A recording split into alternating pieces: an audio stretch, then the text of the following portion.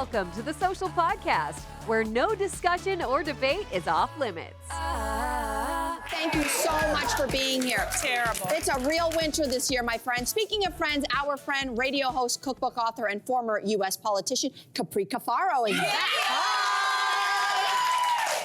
Capri, what's been going on in the United States of America? You know, I have nothing. Nothing's going on. We're just hanging out, you know? We're just hanging out. Just another day. Just another day. Well, it was quite the day yesterday. Well, our first order of business is to unpack that.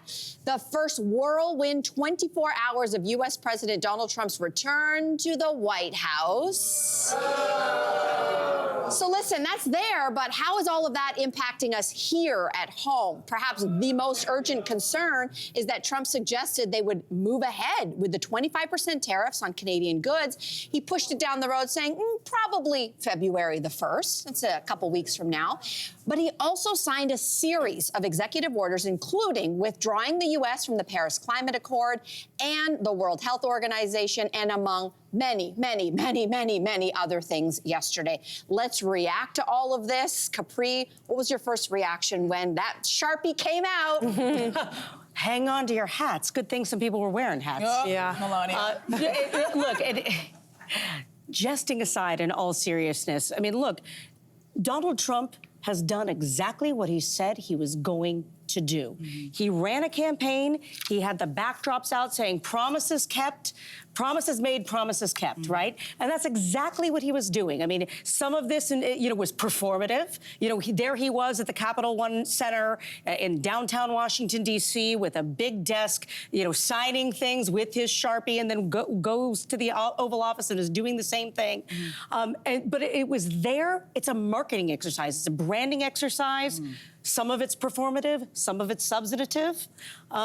But I think we have to take it all very seriously. Yeah. Speaking of marketing, yesterday I was talking about the fact that whole TikTok situation, we had 72 hours of TikTok. You know what we're not talking about today? TikTok, right? Which I thought, I'm like, this is a perfect distraction. 100 executive orders. They apparently had a party, though, yesterday, TikTok in Of course, they had a pre-inauguration party, but I have more questions about what was going on and some of those executive orders that he had signed. Yeah. Can he, now that he's back in office, does it mean that everything that he signed is just gonna happen? He doesn't have to pass a bill, no legislation? Like, how does this all pan out? Right, well, again, like I said, I mean, some of it's performative, it's red meat for the base, there are certain things he said he was going to do, and I think this is a way for him to publicly say, look, I mean what I say, and I say what I mean, but you're right, this is not necessarily going to be something that he can do just with a stroke of a pen. There are limits on what the executive branch can do. So, for example, some of the things that he did on, federal hiring practices, for example, even some of the things related to gender could have impact, for example, on gender, on passports. Right now you have an X, you can get an X on a passport. Now it might only be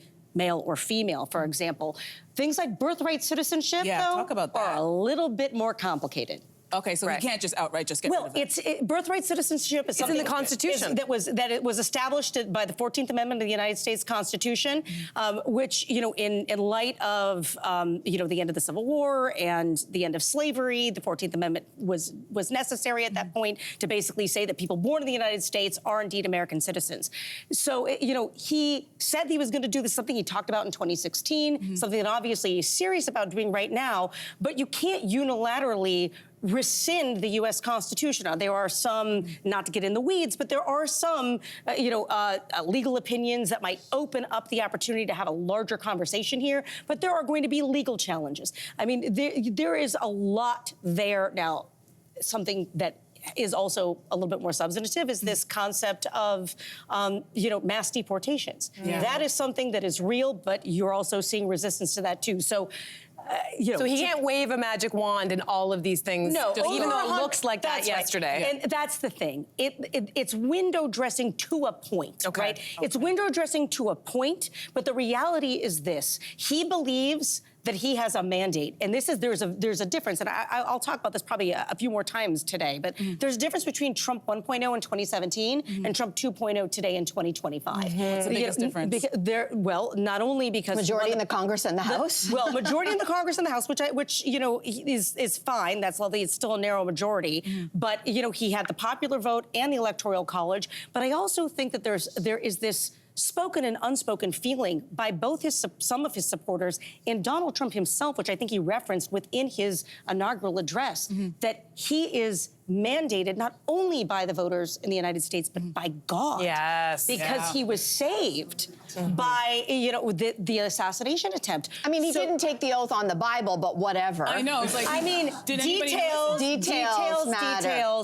But so he is going to do these things he's going to try to find a way to do them by hook or by crook. Yesterday might have been this, exercise to make him look like he was doing more. But the reality is we have to take this very seriously. It's not going away. It's not going away, and that was a great summation of what was a really wild day. As a Canadian, I'm watching this, and all I keep thinking is, it was so much. I need to put the blinders on. I would suggest we all put the blinders on to focus on what matters to us right here and right now. And that's the stuff that I can focus on. Right. And, the tariff thing, again, is this just blustering? Is this a negotiating tactic? Or really actually follow through? He's serious. We don't have the luxury of saying, well, maybe it's just a joke. It's not. It is not. I absolutely think he's going to do the tariff thing. I mean, I think that some of it is a, quote, negotiating tactic. But why is he even using this tactic to begin with? Because he really believes that it needs to be done. Unfortunately, a lot of Americans don't really believe that they're going to actually pay for these tariffs when, they want the prices to go down, they're going to go up. I just want to say, even though, I'm an American, kudos to Doug Ford for using the power he has as the Premier of Ontario, that very important purchasing power at LCBO, to say, what, we're not going to, if you want to have an American first strategy, we're going to have a Canada first strategy. And I think that maybe other folks might want to take note. Hey, you got to speak the language that Trump is going to listen to. Well, yes and no. I just think that one of the things that struck me yesterday when I was watching Trump was just about what a performer. He's a reality TV star. He is a giant personality. You like him or not, and I do not like him. He has a ton of charisma. He gives mob boss. Right? Like, he gives, I'm going to save you all if you just do me a little favor. I'll do some, shady business. I'll pardon you from attacking the Capitol of the United which is States exactly of America. what he did yesterday. That would never happen. And he called them hostages. That's right. Did you catch that? In front of hostages. In front of hostages. Called those people who but to go back to your point, I just think that what Canadians need to be wary of is people who use the same playbook, which is that they might be slightly different politics, but people who are performing and politicking and not actually, I agree with that. You're not looking at what they're actually doing. You're distracted. I think to that point, again, as a Canadian, how much of that rhetoric has bled or will continue to bleed into our politicians on this side of the border, it does frighten me. Though, to me, the fact that yesterday, the reproductives.gov website that provides information and access to information for largely American women for things like abortion, that website has gone dark. Right. It went dark yesterday afternoon, right after the inauguration. And we have politicians here who like to dabble in that same kind of rhetoric. So as the mother of a daughter, if you don't think that I'm paying attention to that kind of language and watching how our politicians here are going to take, to your point, a page out of that book, it does matter to us. I've said it once and I'll say it again. America sneezes and Canada catches a cold. Get ready.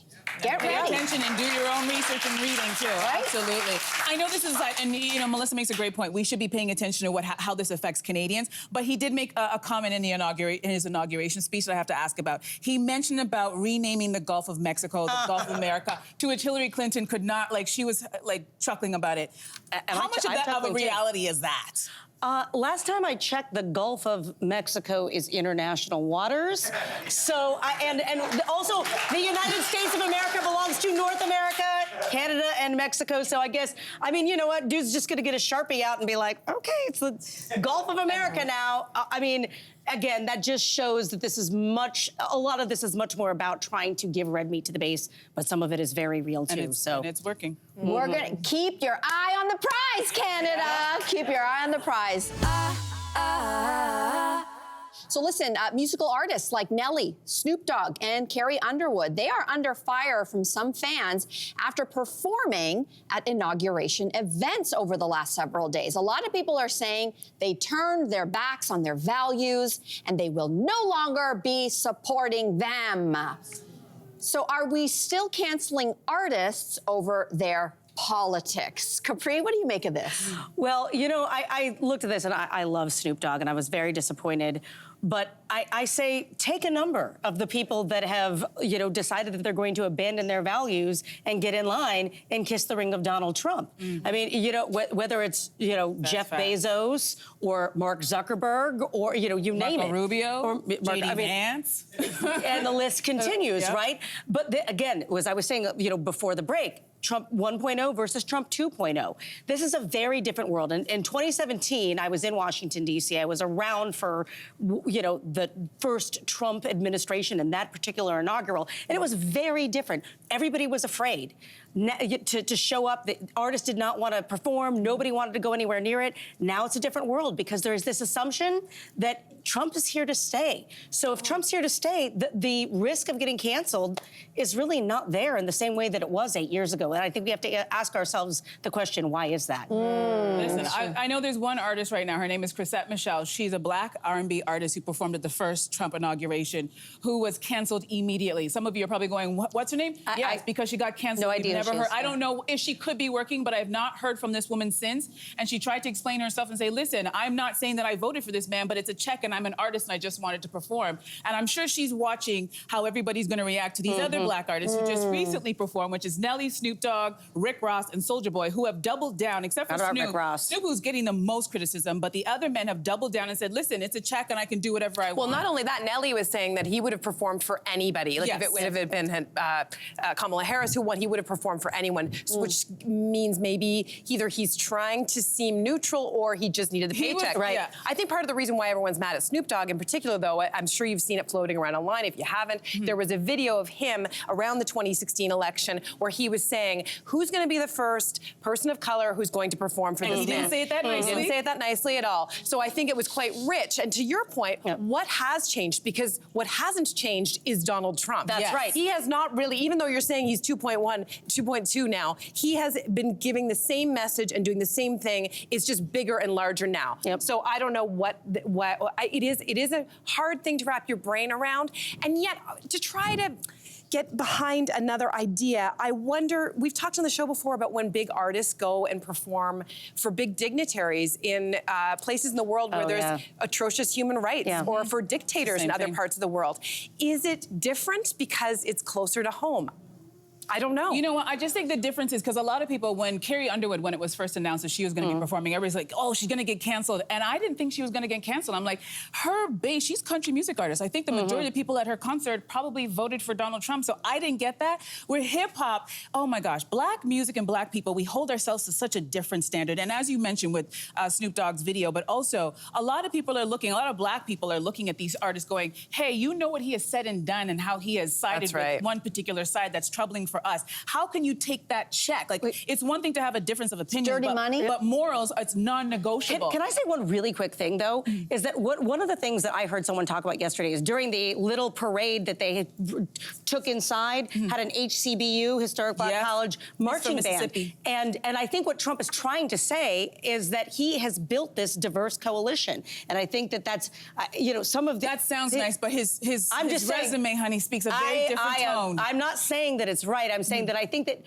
again, performative, marketing, framing, they're trying to put it out there that he has built this historic coalition. And he, again, even mentioned it in his speech. And I think he also has to do that because in this last election, black men and brown men came out and supported Donald Trump in a way they never had before. So in a way, we shouldn't be surprised that these black men stood up and supported Donald Trump at this inauguration. You just said what I was trying to say in a much more articulate way. I want them to pay attention and in the next 4 years, see if he still is putting his money where his mouth is and still supporting you because he's gotten rid of DEI. I want you guys to pay attention to that. Because let's see if those guys are picking up the black jobs that he talked about before. I do want to say, quickly, I think all of this is a terrible distraction. I was like, after yesterday, having this discussion now feels kind of insignificant compared to what he was either literally or figuratively signing away in executive pardoning orders. January 6th? So, like, if you pardon 1,500 January 6th insurrectionists, like, I don't care about Carrie Underwood and I don't care about Nelly at this point. This is a man who is now deciding that he is above the rule of law, that if you do something, actually, even if you break the Supreme Court of the United United States decided that. The Supreme Court decided that. And so presidents have immunity. The idea of the canceling now, it feels like already old news, even though it just happened happened yesterday because, you know, I think we feel like Trump has carte blanche to do whatever he wants. And while he won the Electoral College and the popular vote, it was only by a short margin. More people did not vote in the United States than did vote for Trump. So to me, this is a question of voter apathy. I don't care about Nelly and Carrie Underwood. I ask Americans, why didn't you vote? You don't get a say. You don't get a say. Here's the deal. It's fine for you not to care, but if you're a fan of these people and you really held them in your heart and you've been, because these men have been around for decades. Their careers are very long. It was hurtful to a lot of people. A lot of black people were very disappointed. But we're going to move on to something else that everybody's talking about, to the fashion statement heard around the world. That's Melania Trump's viral hat. It concealed half of her face and made it almost impossible for her husband to lean in for a kiss.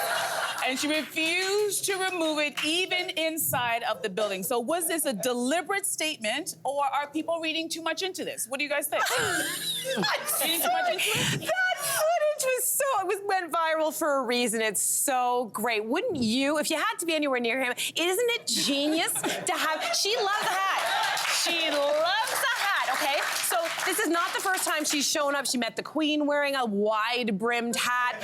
There's a bunch of examples. I don't know where she was here, but she loves, I feel like I'm giving... That's Bridget Macron. That was Bridget Macron. Am I giving Melania No, you're Trump more Lauren Sanchez. Okay, I am Lauren Sanchez. Okay, anyway, the guy who designed this hat, though, did it, and he said that there was a big intention behind it. And let me tell you, quote, he said it's a time of restraint, and it's really sort of a turning point to more conservative values. So, you know, we say fashion has meaning. So the question conservative values.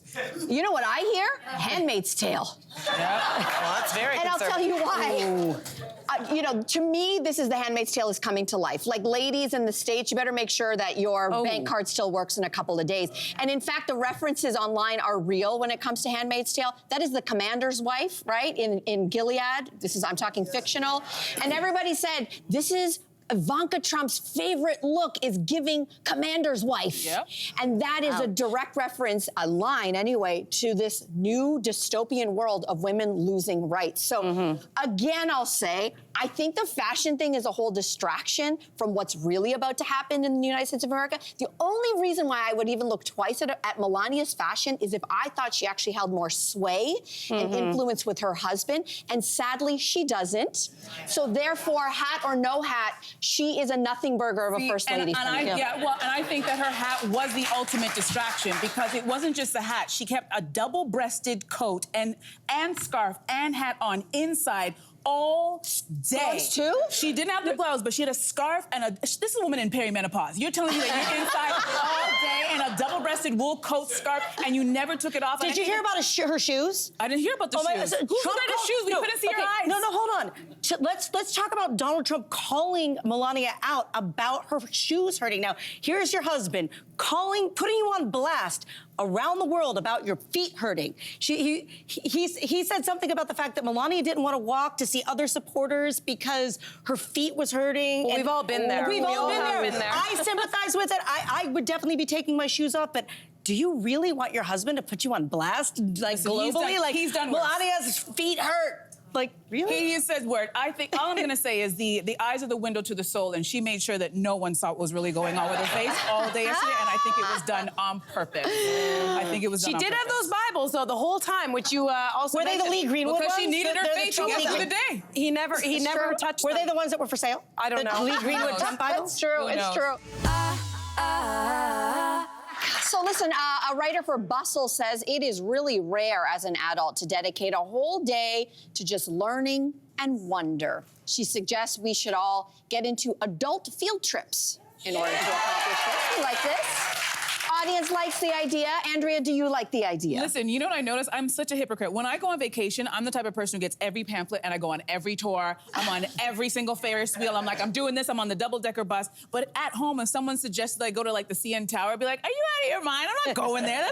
Unless somebody comes to visit and they want to go there, I never go. So I take my city for granted. And this kind of opened my eyes where I'm like, I can go to the zoo. It's okay. I don't have to be in grade 6 on a field trip to go. So it opened my eyes. So You know yes, what you need to do is just grab a kid to look after, a nice kid. Ooh, can we? Well, no, I just mean this in the sense of, I mean, maybe Jess that's not lost a good me. idea. But like, no, one of the things that no one ever told me was that the process of being, a caregiver to a child is that you get to experience all this stuff again for the first time. That you get to go to the aquariums, the museums, the art galleries, and the escape rooms, and the ghost walks, and all this stuff that I never did. I never bothered to do any of that. And I think if you find a not annoying kid, it's very exciting. That's the key. Asterisk not annoying. Asterisk not annoying. I also say for people planning dates. You don't There just you have to go. go to a restaurant Absolutely. in the movies. You can Yeah. also go to these very interesting Do a field places. trip. Yeah. I just say, it's a great idea. Yeah. I love the parent angle because like every probably mother is listening to this going, when do I have the time to have a day just for myself, right? But I do agree that when you have a child, you get to do all this stuff, which kind of ruins the experience if the whole point is just for you to have this. But the flip side to this for me is I love the idea of an adult field trip, learning and wonder. That sounds lovely. But when I think of the places that I would go, for my family, it's travel. I love to learn about cultures and foods and traditions and history and customs. So if I want to learn about that stuff, I actually just bring my daughter along because she's not an annoying kid, actually. She's a lovely child. And so for us, it's if I'm going to go and learn about things, she just comes along with me, which, maybe that's the thing of parenting.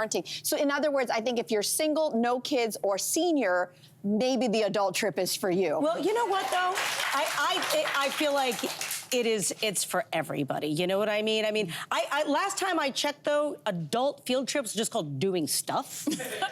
So I don't know when it became a field trip to like Go outside. We're so glued to the phone, and it just shows our relationship with the world around us and how we experience it. It's something when I lived in DC when I was a little bit younger, but when I was in DC, I would try rather than wandering around the mall to go to the Smithsonian. Yeah. Because it was there. And so, again, it's a luxury. I think it's aspirational, but I'm definitely like one of these people that steer into my nerd. If I can go to a museum or even take a class, a cooking class, a knitting class, which I did last year, knitting and crochet, epic fail. No. I wanted But to, you it to work tried. so bad, but those things can also be, the crafting, the fun, get out of your comfort zone. I think it's about getting out of your comfort zone. Absolutely. Yeah, it is. Like that. And I think it's also just about like we spend so much time in our life scheduling things that we have to do, the dentist appointments, the gym, whatever things that we're supposed to do, and we very rarely pencil out that time for discovering something new. So. Which is also self-care. We think about self-care being so important.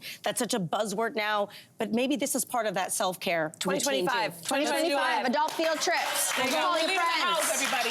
I'm leaving the Capri house. Cafaro, thank you so much for making the trek up to see us. Thank you. Thank you. Thank you. Thank you. Subscribe to the Social Podcast so you don't miss a fiery debate. Until next time, socialites.